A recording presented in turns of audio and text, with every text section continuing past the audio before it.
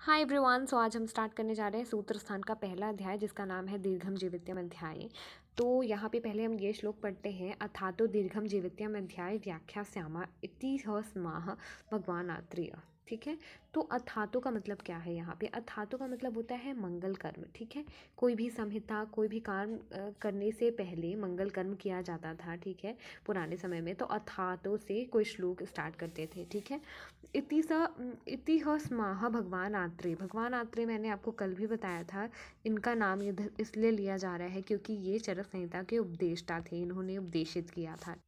यहाँ पे विमर्श दिया हुआ है। विमर्श में बस यहाँ पे यही चीज़ बताई हुई है कि अर्थ शब्द है, उसका मतलब होता है मंगल कर्म या फिर शुभ। ठीक है।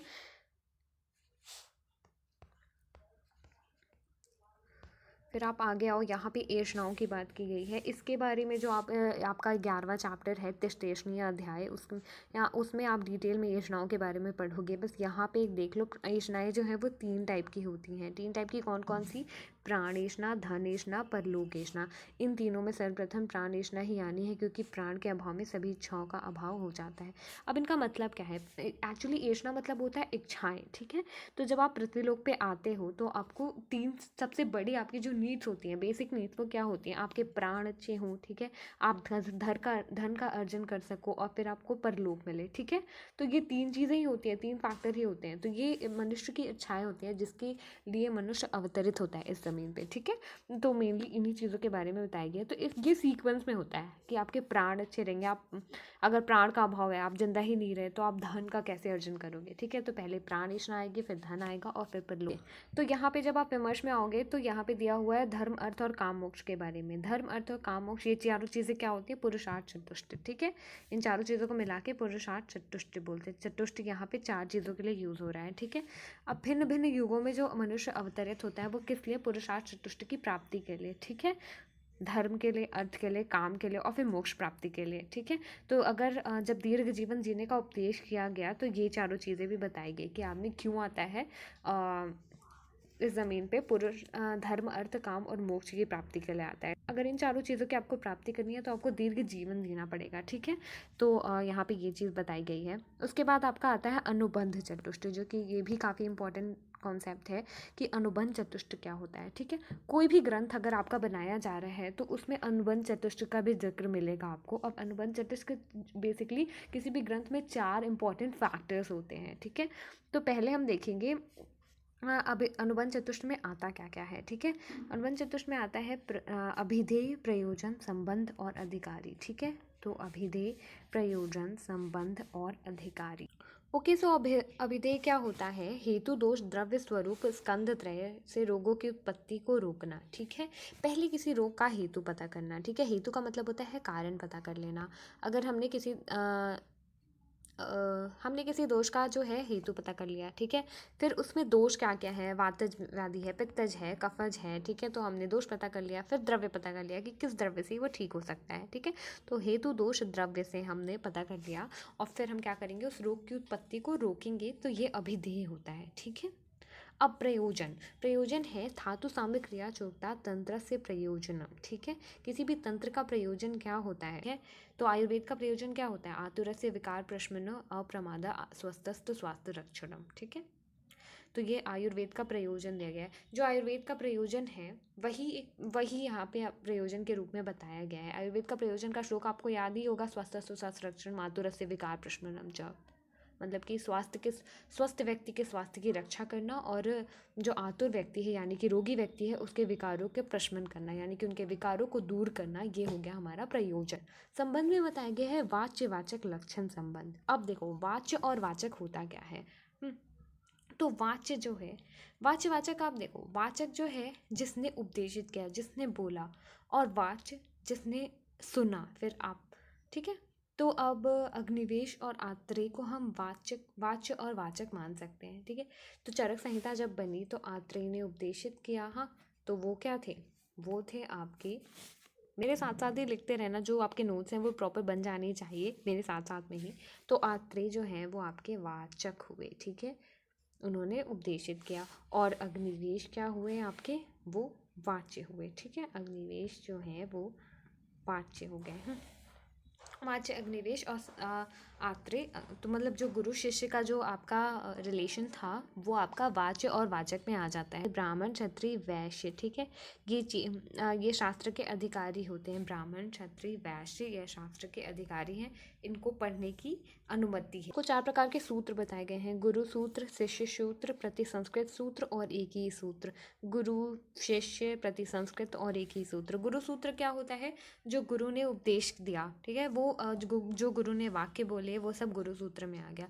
शिष्य, गुरु के उपदेश के बाद शिष्य जिस सूत्र में अपनी शंकाओं को उपस्थित करता है, ठीक है, जो श्लोक जिस सूत्र के माध्यम से जब गुरु ने उपदेश दे दिया, फिर जिन सूत्रों के माध्यम से शिष्य अपनी जो भी उनकी शंकाएं हैं, जो क्वेश्चंस हैं, आपने जब आप संहिता पूरी पढ़ोगे तो आप देखोगे कई सारे प्रश्न पूछे हैं अग्निवेश ने अपने गुरु आत्रेय से। फिर आपका आता है प्रतिसंस्कृत सूत्र। प्रतिसंस्कृत सूत्र का मतलब होता है जो प्रतिसंस्कर्ता के द्वारा उपस्थित किए जाते हैं। तो चरक संहिता के प्रतिसंस्कर्ता कौन थे? दृढ़बल, ठीक है। तो प्रतिसंस्कर्ता जो है, जो सूत्र वो बता रहा है, वो आपके प्रतिसंस्कृत सूत्र में आ जाएंगे। अब एक ही सूत्र क्या होता है? कंपाइलेशन बनते हैं ना, कंपाइल करता है हर चीज़ों को, वो एक ही सूत्र होता है कि उसने कोई उपमा उठाई कहीं और से, एक और किसी और ग्रंथ से उपमा उठाई, फिर दोनों को कंपाइल कर दिया, एक साथ में ला के कर दिया, तो वो एक ही सूत्र होता है। तो आपने चारों समझ गए, गुरु सूत्र, शिष्य सूत्र, प्रतिसंस्कृत सूत्र और एक ही सूत्र। तुष्क की बात करते हैं। यहाँ पे आप देखोगे भेषज, स्वास्थ्य, निर्देश, कल्पना, रोग, योजना, अन्नपान और संग्रह द्वय, ये सब आपके चीज़ें दी हुई हैं। तो बेसिकली क्या है कि आपने देखा सूत्र स्थान में कितने चैप्टर्स हैं? 30 चैप्टर्स, ठीक है। तो इनको क्या किया गया है? 4-4 के ग्रुप्स में बांट दिया गया है। 4-4 के जितने भी ग्रुप्स होते हैं, 4 फिर 4 फिर 4 फिर 4, ऐसे कर करके आप बांटोगे तो कितने आएंगे? 4-4 के 7 बन जाएंगे, ठीक है। 7 4 जा 28 तो 4-4 के पेयर्स बन गए। और 2 जो चैप्टर्स बच रहे हैं उनको लास्ट में संग्रह द्वय में रख दिया जाता है। आप ट्रिक याद कर लो, इसकी मैं ट्रिक बताती हूँ आपको। इसकी ट्रिक हो जाएगी BSNL क्रिया, ठीक है। भेषज, स्वास्थ्य, निर्देश, कल्पना, रोग, योजना और अन्नपान, ठीक है। यहाँ पे L और I का कोई मतलब नहीं है, मैंने बस उसको एक ट्रिक के फॉर्म में लाने के लिए लिख दिया है। L और I का कोई मतलब नहीं है। BSNL क्रिया से आप याद कर लोगे सारे चतुष्क का नाम: भेषज, स्वास्थ्य, निर्देश, कल्पना, रोग, योजना और अन्नपान, ठीक है। ये सारे हो गए आपके 4-4 वाले पेयर्स में, हाँ। और जो 2 बचे वो लास्ट में संग्रह द्वय में रख दिए जाते हैं। संग्रह द्वय में कौन कौन से चैप्टर्स आएंगे? आपके चैप्टर नंबर 29 और चैप्टर नंबर 30, ठीक है। तो ये दोनों जो आपके चैप्टर्स हैं वो दोनों संग्रह द्वय में आ जाएंगे। तो ये क्वेश्चंस मोस्ट प्रोबेबली टीचर्स भी पूछते हैं और क्वेश्चंस आ भी जाते हैं, आपके PG में भी आ जाते हैं, UG में भी पूछ सकते हैं। तो चतुष्क में कौन कौन से चैप्टर्स को कैसे डिवाइड किया गया है ये आपको पता होना चाहिए। चीज़ आती है हमारी आयुर्वेद अवतरण के बारे में। और अभी हम पढ़ेंगे चरक का जो है। चरक का पहले आप सीक्वेंस देख लो, एक जगह लिख लो, ठीक है। तो यहाँ पे मैं लिख रही हूँ चरक का जो सीक्वेंस है। तो चरक का सीक्वेंस है ऐसा: पहले ब्रह्मा जी आए, फिर उन्होंने दक्ष प्रजापति को दे दिया, ठीक है। उसके बाद अश्विनी कुमार, फिर इंद्र, भारद्वाज,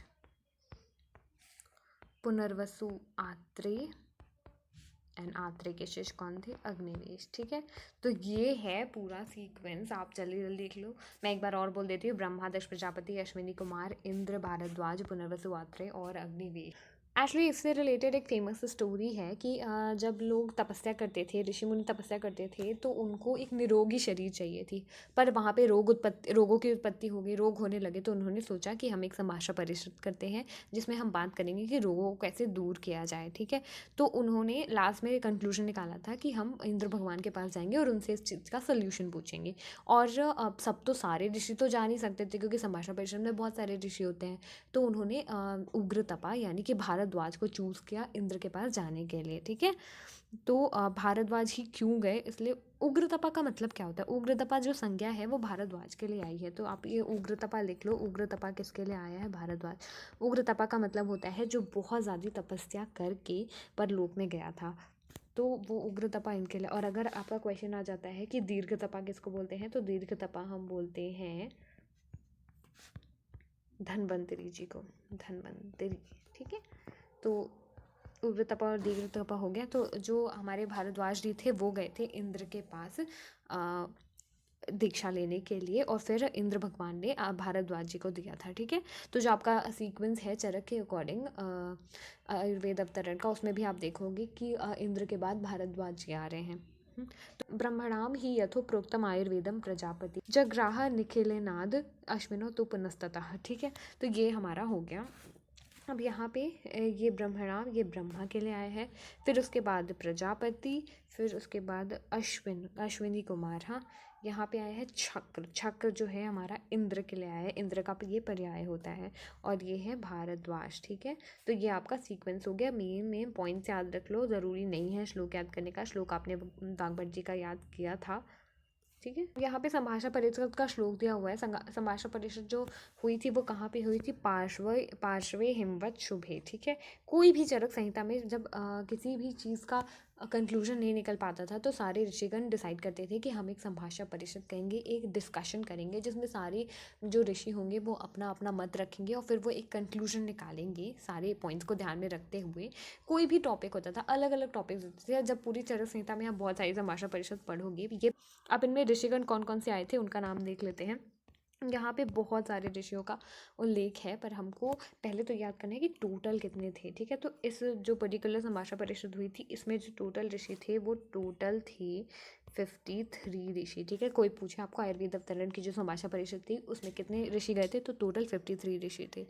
ठीक है, तो आत्रेय में आप इसमें देखोगे ना, तो पुनर्वसु आत्रेय का भी नाम आएगा, और भिक्षु आत्रेय का भी नाम आएगा, पर कृष्ण आत्रेय का नाम नहीं आएगा।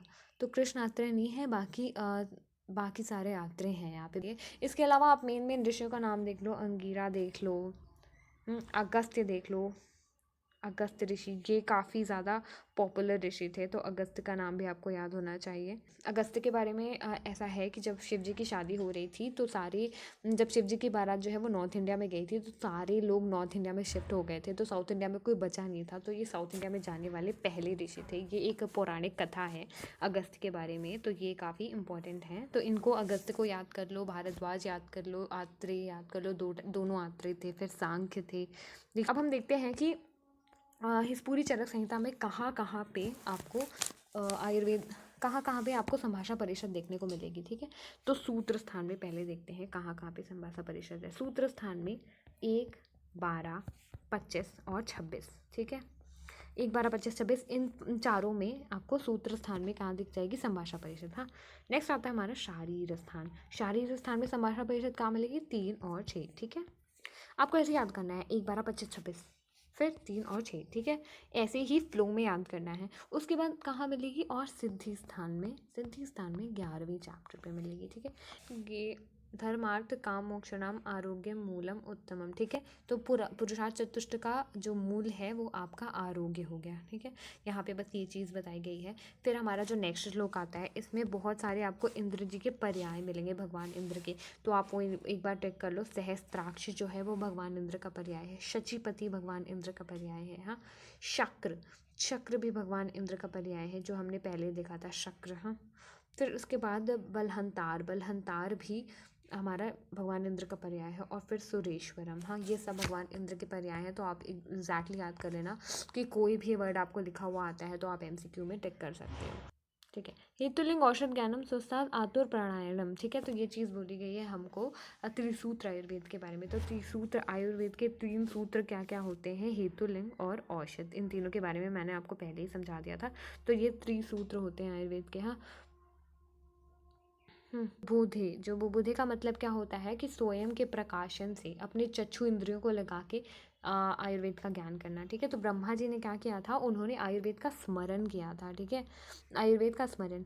और स्मरण उन चीज़ों का किया जाता है जो पहले से एग्जिस्ट कर रही थी। तो आप ये नहीं बोल सकते कि आयुर्वेद का जो निर्माण है वो ब्रह्मा जी ने किया। आयुर्वेद तो अनादि है, वो हमेशा से था, पर उसका जो स्मरण किया, उसका स्मरण किसको आया, वो अपनी खुद की चक्षु इंद्रियों को लगा के, खुद का ध्यान करके ब्रह्मा जी को आया था। ठीक है, तो यह बुबुधे उन्हीं के लिए यूज़ हुआ है कि उन्होंने अपने चक्षु इंद्रियों को लगा के ध्यान मग्न होकर आयुर्वेद का स्मरण किया। ठीक, अब त्री करके यहाँ पे बहुत सारी चीज़ें आएंगी जो आप अष्टांग में भी पढ़ोगे, यहाँ भी पढ़ोगे, तो हम उनको एक साथ कंपाइल कर लेते हैं तो वो बहुत अच्छा रहेगा।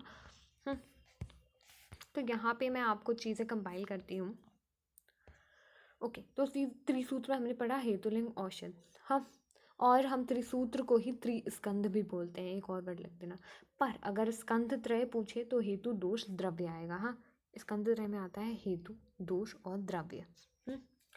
स्कंध त्रय, हेतु, दोष, द्रव्य, साथ साथ में लिखते रहो आप लोग। और फिर आता है आपका चरक में उपस्तंभ किसको बोला है। देखो, त्रिस्तंभ पूछे, ठीक है, त्रिस्तंभ, स्तंभ का मतलब क्या होता है, पिलर्स। ठीक है, आयुर्वेद के 3 पिलर्स कौन कौन से हैं, वात, पित्त और कफ। ठीक है, पर अगर आपको उपस्तंभ पूछता है, उपस्तंभ, तो ये क्या होंगे, आहार, निद्रा और ब्रह्मचर्य। ठीक है, फिर आता है आपका उपस्तंभ, उपस्तंभ, उसमें आपका आएगा आहार मतलब खाना, निद्रा, नींद लेना और ब्रह्मचर्य का पालन करना। ये आपका चरक के अकॉर्डिंग है। पर अगर वाग्भट आचार्य के अकॉर्डिंग पूछे तो वाग्भट ने आहार, निद्रा, वाग्भट ने आहार, निद्रा और अब्रह्मचर्य बोला है। आहार हो गया, निद्रा होगी और अब्रह्मचर्य हो गया। उन्होंने ब्रह्मचर्य का पालन करते हुए नहीं बोला है। ठीक है, तो आप इसको इस चीज़ से याद रख सकते हो कि जो आचार्य वाग्भट थे वो थोड़े मॉडर्न थे, तो उन्होंने बोला कि ब्रह्मचर्य का पालन करो, ऐसा ज़रूरी नहीं है। उन्होंने बोल दिया कि हाँ, अब्रह्मचर्य का पालन करो, साथ में आहार और निद्रा लो। ठीक है, तो उन्होंने 3 उपस्तंभ ऐसे बनाए थे। हाँ, त्रिवर्ग पूछे आपको तो धर्म, अर्थ, काम बोलना है। फिर त्रिदंड पूछे तो सत्व, आत्मा, शरीर। ठीक है, त्रिदंड अभी आपका आगे आएगा श्लोक में, त्रिदंड, तो इसको अभी याद कर लो आप, सत्व, आत्मा, शरीर। जो मैं बता रही हूँ वो कोर्स के बाहर की चीज़ें बिल्कुल भी नहीं है। आप ऐसे मत सोचना कि कोर्स के बाहर का है, सब आपको बेसिकली चीज़ें इसी बुक में मिल जाएंगी आपको, मैक्सिमम चीज़ें। यहाँ पे बस मैं कंपाइल कर रही हूँ, आगे के चैप्टर्स में आपको ये सारी चीज़ें दिख जाने वाली हैं। तो त्रिविध ज्ञान जो होता है, आप्तोपदेश, प्रत्यक्ष और अनुमान। हाँ, ये आपने प्रमाण में पढ़ा ही था। ठीक है, तो त्रिविध ज्ञान,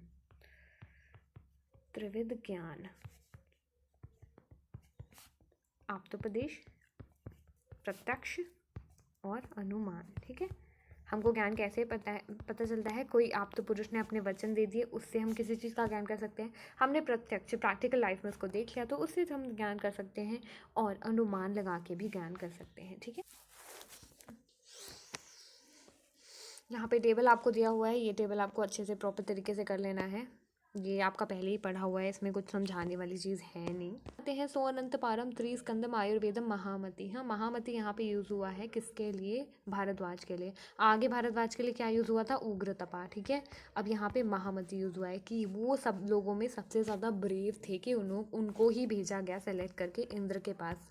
ठीक है, क्वेश्चन का आंसर ढूंढने के लिए। सो आज का लेक्चर यहीं तक। नेक्स्ट लेक्चर में हम पढ़ेंगे षट पदार्थ विज्ञान के बारे में और भी जो बची हुई चीज़ें हैं दीर्घम जीवितम अध्याय में। अगर आपको ये लेक्चर पसंद आया हो सो please tell me in the comment section. और अगर आपको ऐसे ही पूरी पूर्वार्ध पढ़नी है, मैं पीजी पॉइंट ऑफ व्यू से पूरी पूर्वार्ध कंप्लीट करवाऊंगी आयुर्वेद स्टडीज़ ऐप पे, तो आप वो ऐप डाउनलोड कर सकते हो। वहाँ आपको पूरी पूर्वार्ध कंप्लीट करनी है क्योंकि मैं UG as well as PG level से पूरा कंप्लीट करवाऊंगी। एंड इसके बाद आपको कोई ज़रूरत नहीं होगी पीजी की कोचिंग करने की। मैं पूरी पीजी लेवल को भी कंप्लीट करूंगी साथ साथ में इस कोर्स में। तो अगर आपको कोर्स के बारे में कोई भी डिटेल चाहिए तो नीचे आपको डिस्क्रिप्शन बॉक्स में नंबर मिल जाएगा, आप उसमें मैसेज कर सकते हो या फिर आयुर्वेद स्टडीज़ ऐप डाउनलोड कर सकते हो।